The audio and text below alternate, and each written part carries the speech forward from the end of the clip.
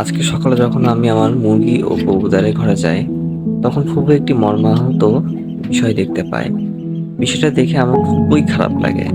বিষয়টা হচ্ছে, আমি যে ২টা মুরগির বাচ্চা কিনছিলাম, সেই ২টা মুরগির বাচ্চার মধ্যে একটা মুরগির বাচ্চা মারা গিয়েছে। এটা দেখার পর থেকে আমার আর কিচ্ছু ভালো লাগছে না।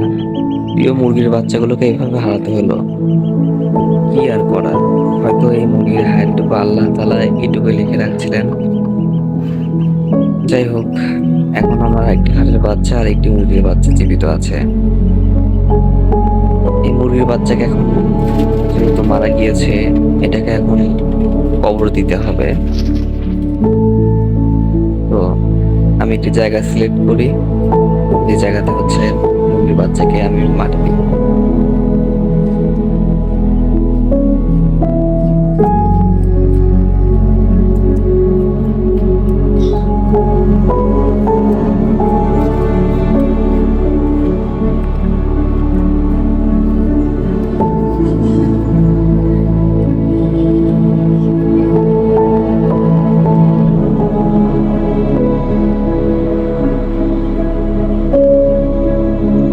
আমার এই মুরগির বাচ্চা বয়সে একদম ছোট হওয়ার কারণে তার আকারটাও ছিল ছোট, তাই তার জন্য বেশি কষ্ট না করলেও চলবে।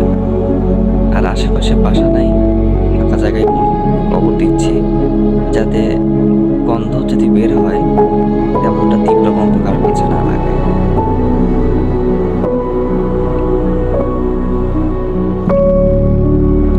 আমার মতে বাস এইটুকু করতে বললেই চলবে। হাজারো স্বপ্ন ভঙ্গ করে আমার এই মুরগির বাচ্চাকে এখন মাটি দিতে হচ্ছে।